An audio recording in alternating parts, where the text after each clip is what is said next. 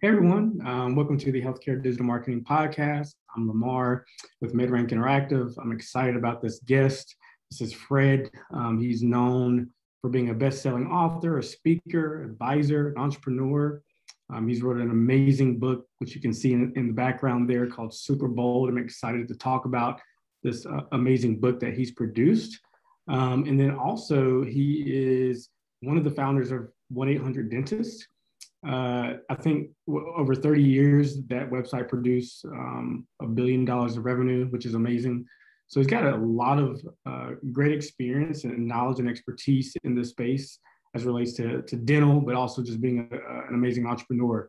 So before we get into the meat of this conversation, Fred, please just introduce yourself, let the audience know who you are, and give a little bit of background on yourself. Sure. Great to be here, Lamar. I am an author of a few books on the dental industry, marketing in the dental industry that I've written over the years.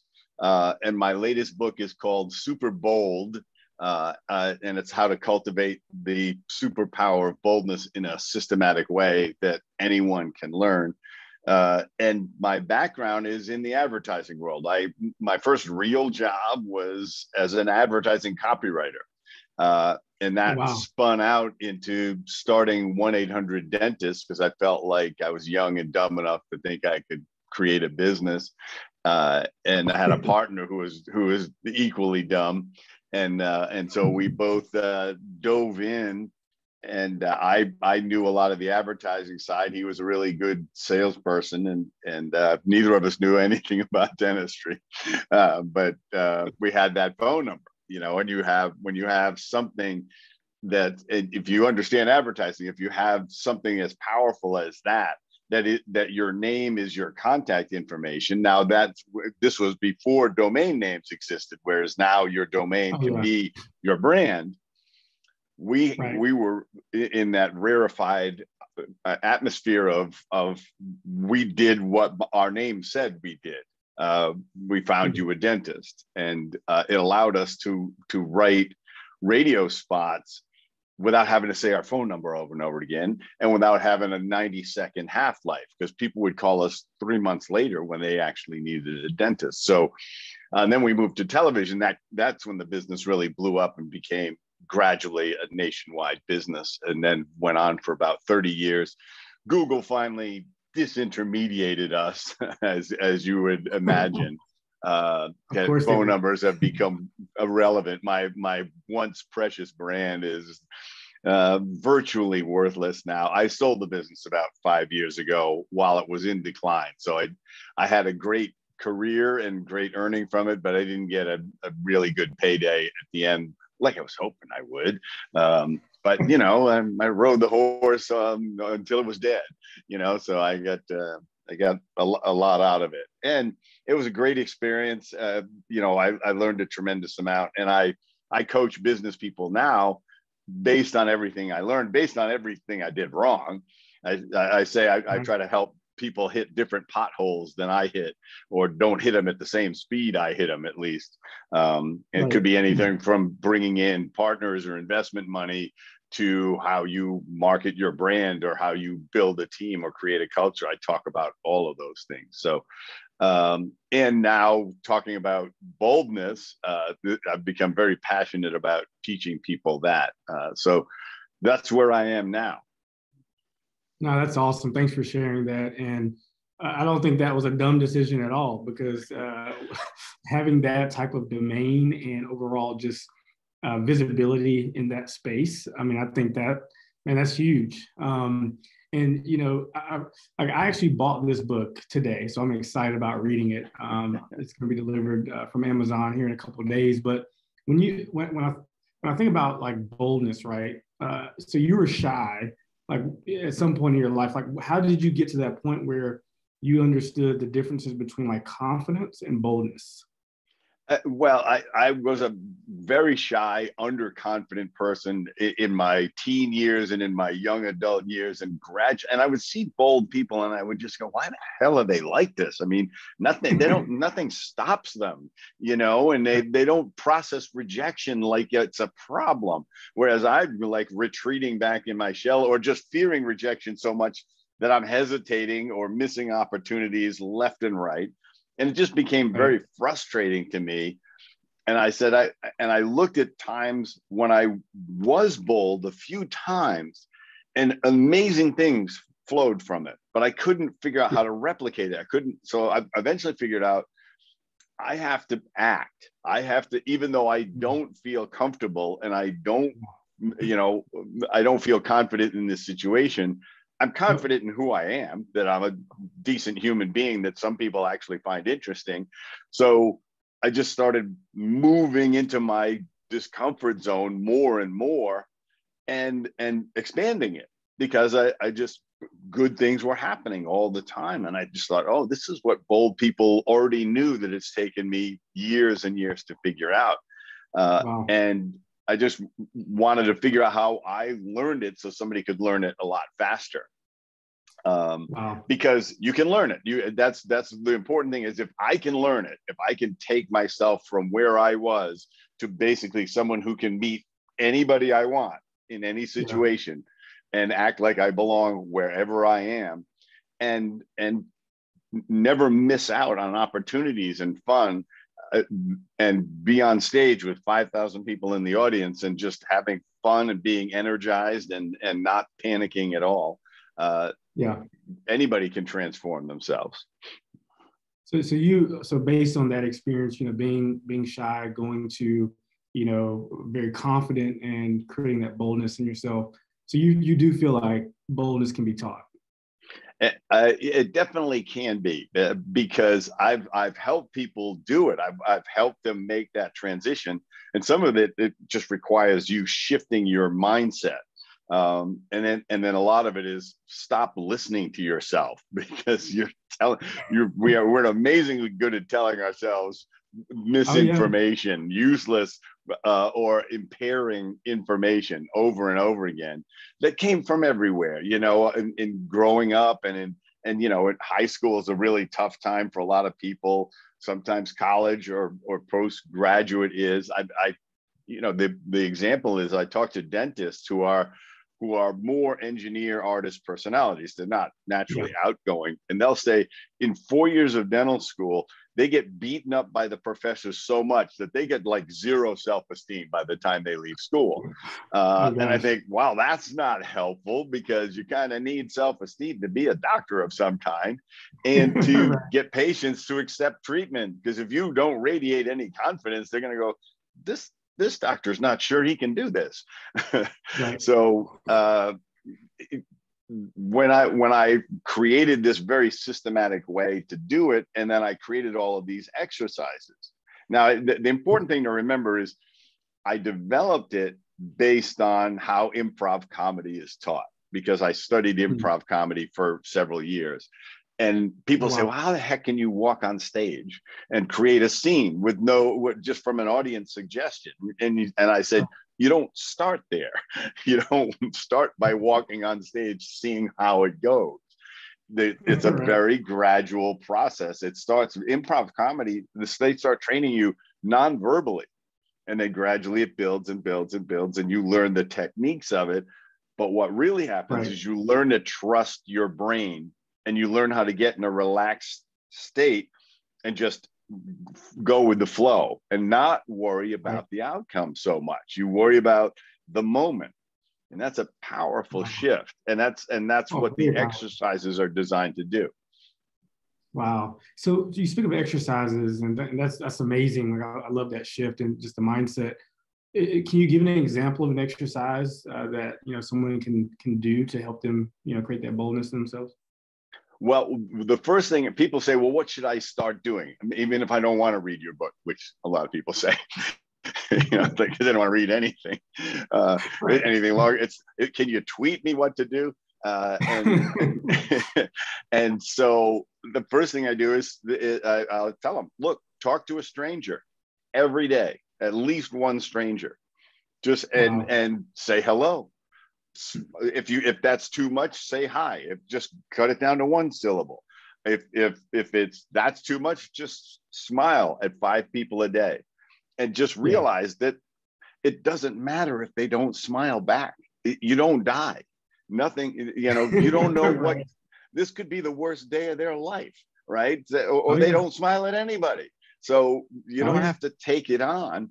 But what happens is an amazing number of people smile back. And when you go, oh, this isn't as terrible as I imagined it would be. And it's this positive feedback loop starts. So talk to a stranger. Now, if you're ready to go fully verbal, just come up with a compliment. Just you're in the Starbucks line, the person in front of you's got some really interesting glasses on.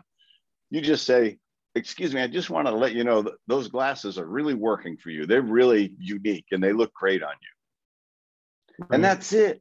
You have no intention of turning it into, selling their house for them, or getting them to buy your SaaS product, or getting their phone number so you can go to dinner. You're doing a drive-by compliment, and it's if you do that every day, or if you just initiate a conversation every day, you suddenly realize you're getting better at something. Oh, yeah. And you say, like, how do I want to? I want to keep getting better, and there are ways to just keep elevating it and elevating. Right. No, that's awesome. It helps us to become human as well, right? Because people go out and they just want to stay in their own bubble, own shell, and I think COVID, helped a lot of people. It's like, well, I don't have to go out. I get to live in my cave forever. And I think a lot of people confuse social media with social skills, and they don't give you any. Right. It's the opposite. All right. You're busy trying to present a life that's much more interesting and glamorous than your actual life is. And so is everybody else. So you think, wow, my life sucks. It's like 23 hours of boring and an hour of moderately interesting. And so is everybody else, but we see them as they're, meeting, a rapper or something like that, and like they took a selfie with them, and it's actually 5 years ago, but they're showing it now because they dug it up on their phone, so they're feeling competitive.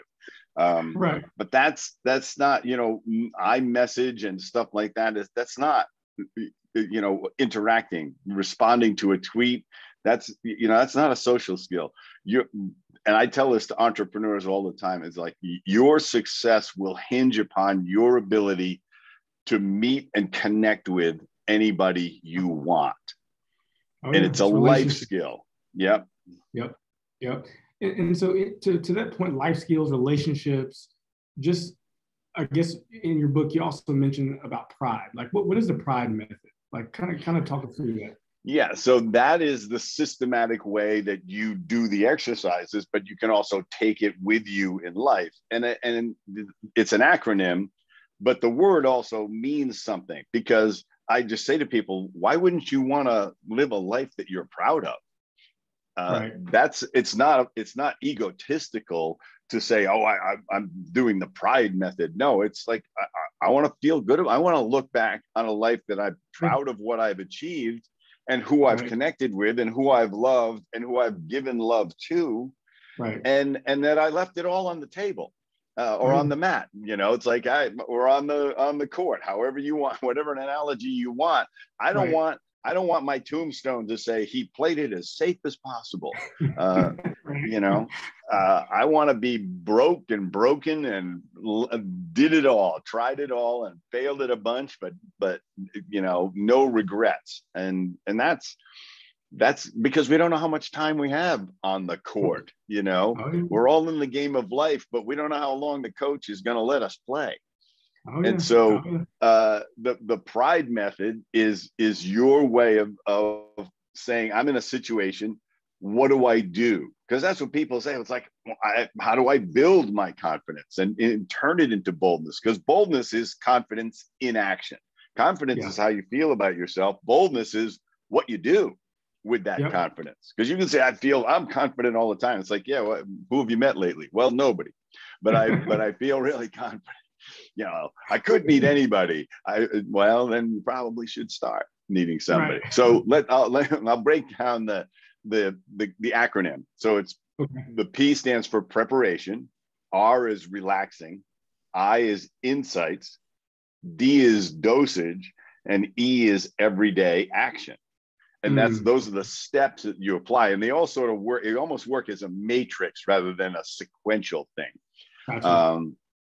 But preparation is, like I said, and you're gonna compliment somebody you meet in line at Starbucks. That's your preparation. You're gonna say it in your head, and wherever you are, you're looking for a promotion, you're looking to raise money for your business, whatever it is, you're going to walk over and talk to this athlete that you've always wanted to meet, or this successful businesswoman, or this interesting actor that you love the work he or she does. You're going to figure out what you're going to say ahead of time.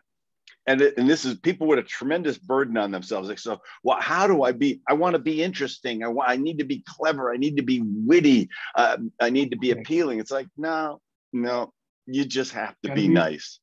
You know, you just have to be interested in them and think of something simple to say. You know, I've walked up to more actors and I know their name. I never walk up to an actor whose name I don't remember, because people do that. They go, "You're that guy in the whatever." It's like, get out of my face. That's what they're thinking, right? You don't even know my name, but you want a selfie with me, right? Okay. I'll go up and say, you know, I really enjoyed the work that you're doing on this show. I just wanted to let you know that. I didn't want to bother you. And 100% of the time, they are appreciative. One, that I'm not a drooling psychotic, but two, that these people work hard to do this, you know, and there's more rejection in that career than in anything. And so to know that there are fans out there that really appreciate their work, that's a wonderful thing. And so I've been in, you know, I did that with Tom Hanks. I got into a 15-minute conversation with him. Oh, wow. Awesome. And so, because I was interested in he was very excited about this project that he was working on, this HBO project. And we just started talking about it. And I've had that happen over and over again.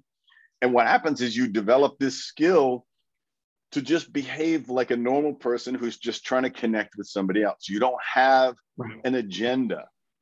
When you lose that, because you sense this, wouldn't you, Lamar? When somebody's got an agenda, you know, in like 5 seconds that they're trying to figure out, what can this guy invest in my business, or can he give me free advice, or can we date, or whatever the heck it is, right? And it's like, it's just 1 degree below desperation, because we all sense desperation, right? You know, you run from those people. Like you literally, like, because all they do is talk about themselves. They don't talk about what they can get out of it. Yeah. The most, and so part of your preparation is to know that you're actually going to be asking more questions than you're going to be talking. You're going to find out what stuff about them. You know, I saw, who did I see? The guy that this is going back. His name is totally escaping me, because he's in the series Barry now, but he's the old actor who was in Happy Days a million years ago. But nevertheless, I saw him at the DMV of all places, right, getting his driver's license, and I just looked over at him and I just said, I really love the work that you're doing on Barry. And I said, how is that? Must be a lot of fun. And he just goes, it's a dream. He says, I have been waiting years for something this enjoyable to do. It was so sincere. Wow. He just poured out how it felt to be in this part and to be acknowledged for his work in that. And so that's your preparation, is just saying that. The next step is relaxing. Don't put so much pressure on yourself to be interesting, and just breathe.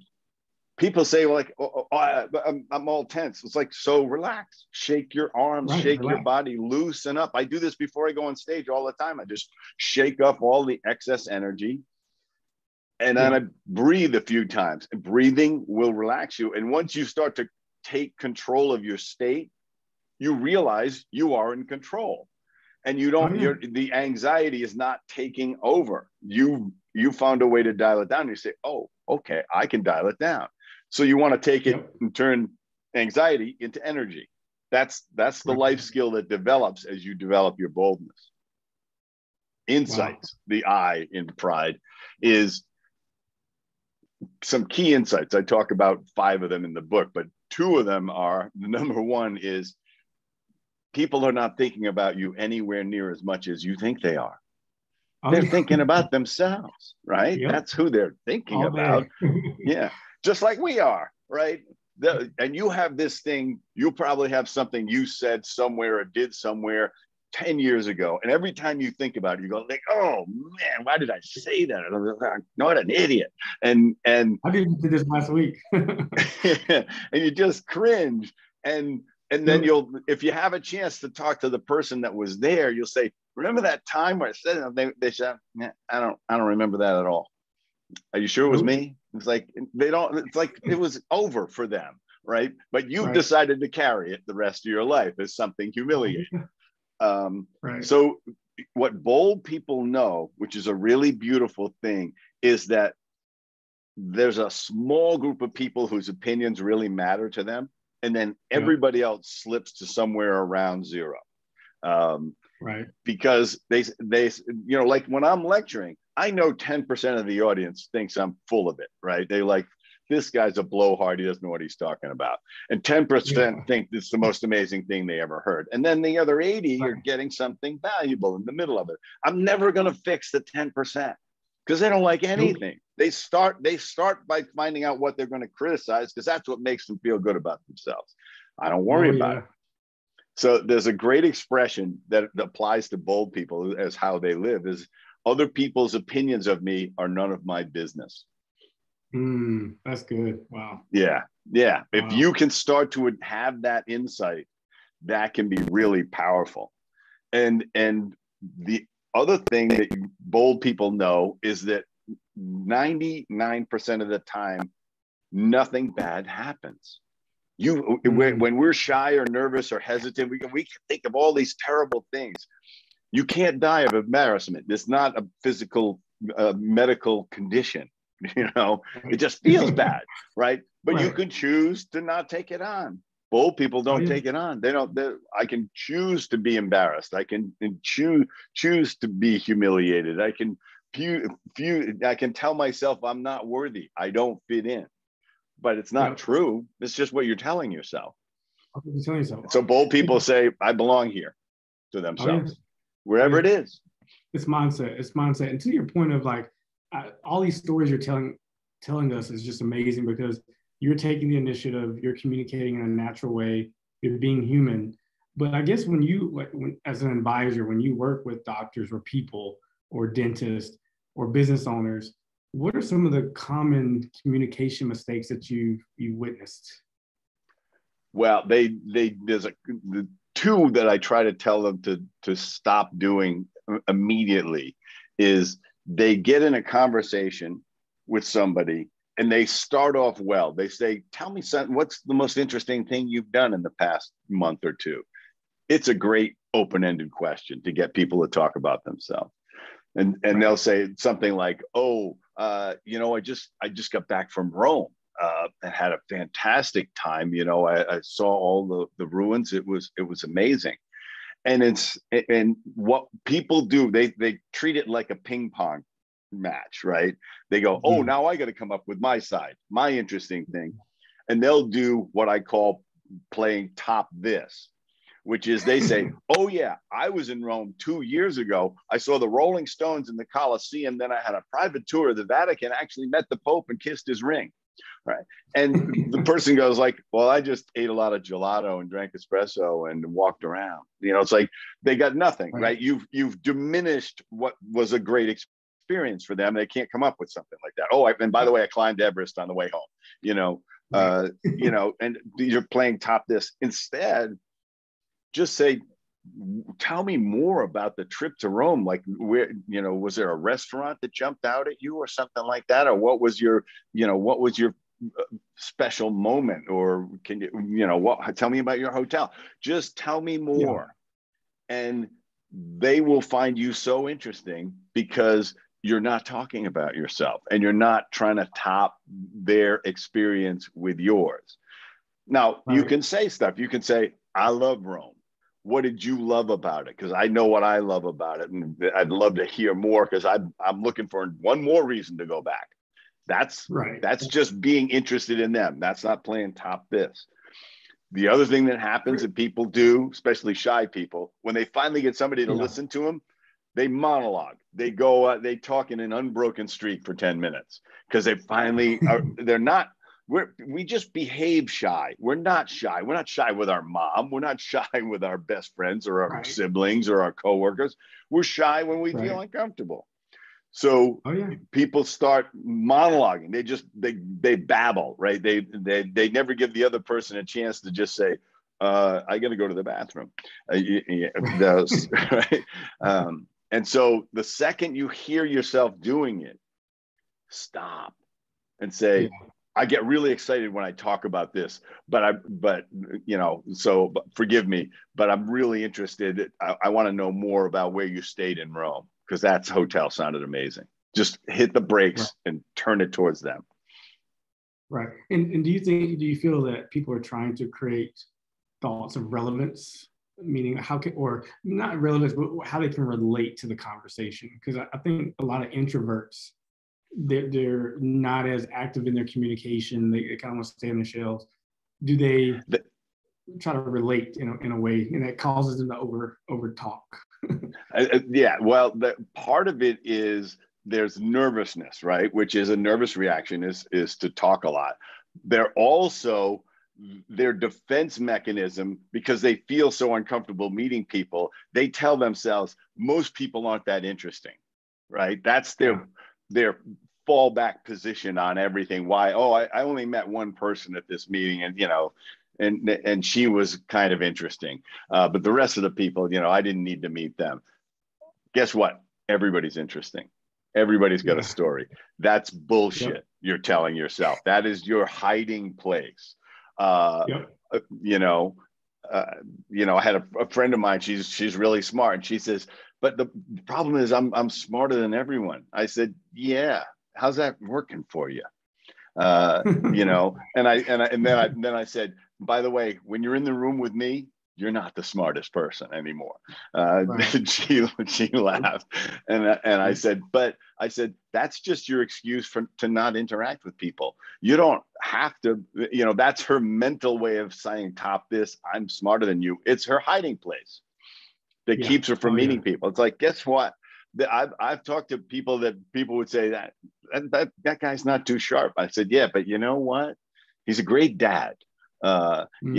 He drives his kids everywhere. He's the soccer taxi, and the kids all love him because he makes them sing and stuff like that. And you say, yeah, he just seems like a dopey guy. It's like, yeah, kids love him, So get over yourself and stop trying to rank everybody, and just assume that the best way to be interesting to people is to be interested in what they care about, what they're passionate about, what gets them out of bed in the morning, what they're afraid of, what they want to achieve, what their dreams are, what's happened to them, what their sadnesses are. I did a workshop recently where I made everybody in the room tell a story about some loss that they experienced, and it was incredibly powerful for them because once one person did it, it triggered everybody else in the room to go deep into something else.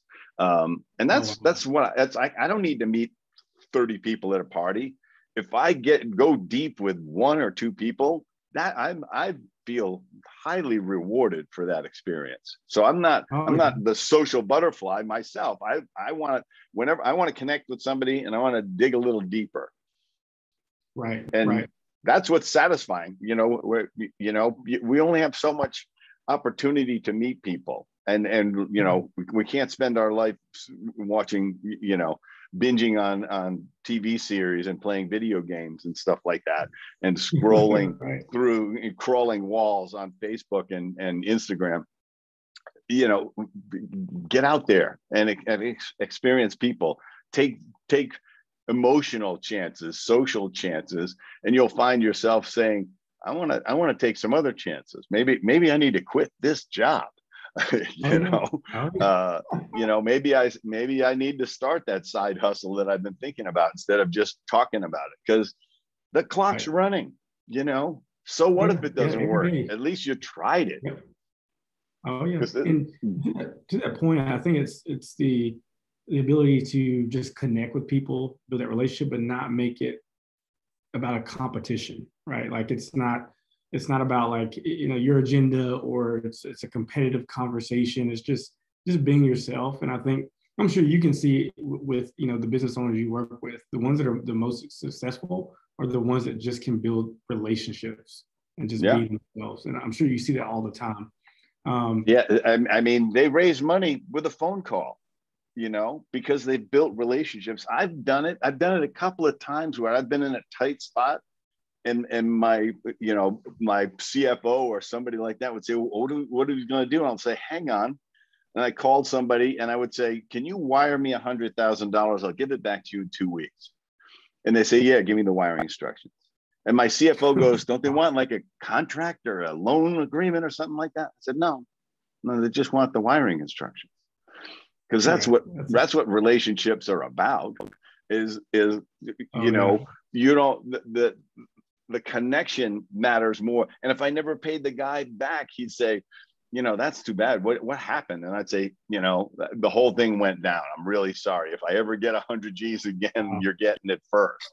But you're the first person I call. Yeah. But that's the difference that it makes, and it's the same thing when you're a leader. It takes boldness to lead, which means you feel responsible for your people. I had 250 employees. I felt very responsible for their lives, that their career was something that they relished. And I, just to give you an example of how effective that was, when I sold the business, my last month there, we celebrated 3 25-year employees. Wow. They all had their anniversary in the same month. 75 years of employment over 3 people. These people had spent their entire adult life working for me. That made me extremely proud, because it meant they had created a culture that they wanted to go to every day. Because you can only offer your leadership that they will go somewhere with it, and then they will defend that culture if it matters to them. Right. No, that's awesome. And Fred, just with overall your experiences with 1-800 Dentists and just overall leading people, there are marketers that listen to these episodes as well. So when you think about your experience with advertisement, why is SEO important? And when you think about your own website and the business that you grew, in your opinion, why do you feel like SEO is important? Because Google is trying to find out if you're relevant. And they're really, really good at discerning what is relevant and what is irrelevant.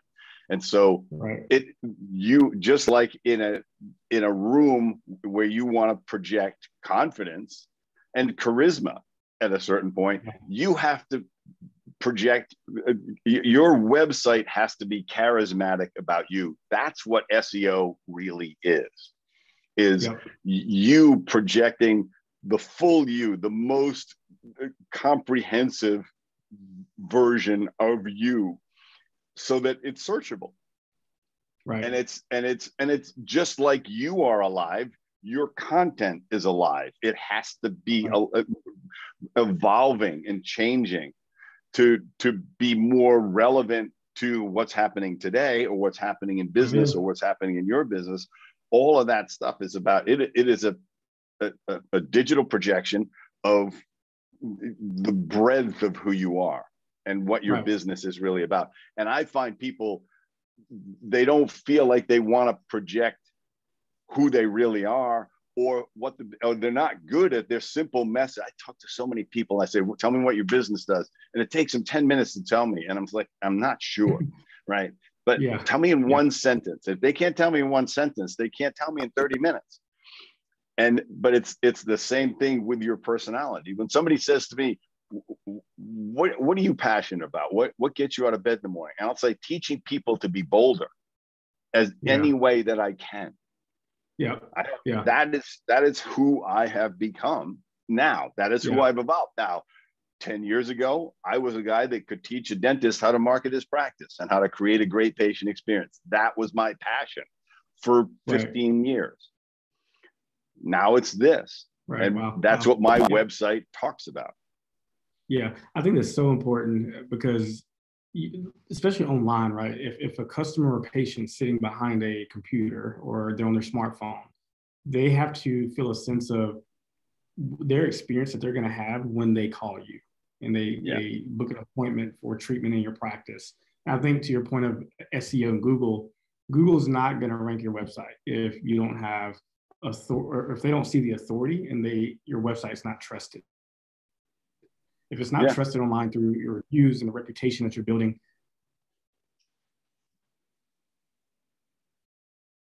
through the traffic that you're getting to the website from it looks from a Google Analytics standpoint, Google's not going to show your website at the top of the search results to create a poor user experience for the people who are using Google. So to your point, like that trust and authority and being yourself on your website is so important in how you overall attract patients to your practice. And I think most people try to game the system when it comes to SEO. They want to, they just want to get to the top of Google as fast as possible. And it's just like, it doesn't work that way. Yeah, it's a long, slow, steady build, and it also drops off if you're not attending to it.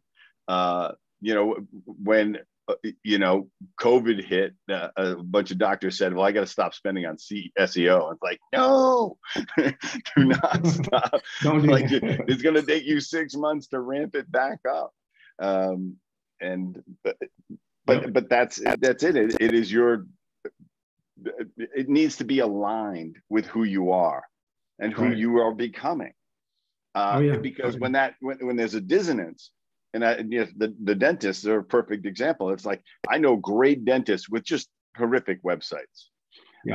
It doesn't represent any of the passion they have for their career, the technology that they love, the way they treat their patients, the way they talk to their patients. None of it's there, which is like, it's like a barrier to their practice instead of an inviting entryway. Yeah, it's a missing art for sure. But Fred, second time, I appreciate you just showcasing all your expertise and knowledge. From starting buying websites that you had no experience in the dental space to really helping dentists grow their practice and really helping business owners be more bold and writing these amazing books. If someone wanted to just kind of learn more about you or even connect with you, what's the best way to do that? My website. Yeah. No, there's FredJoyal.com. FredJoyal.com. I'm Fred Joyal everything. Fred Joyal on Facebook, Twitter, LinkedIn. If you want to Venmo me money, it's at Fred Joyal. It's like I'm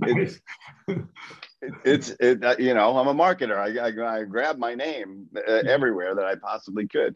But FredJoyal.com, you can download the first chapter of the book. The book is, of course, available on Amazon, in Audible, Kindle, and hardcover. And it's me reading the book. A lot of people say, it is you reading. I was like, of course, I wouldn't let somebody else read my book. And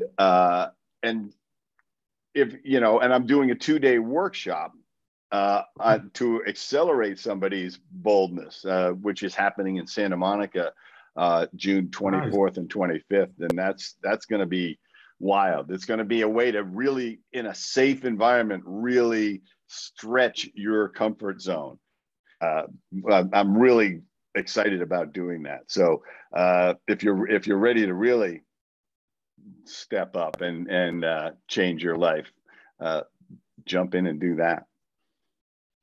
That'd be awesome. And we'll make sure we include all that information in the show notes here on this episode. Fred, this was amazing. Go get his book, Superbold. I'm excited to read it. We just thank you for this time. And guys, we'll see you next time.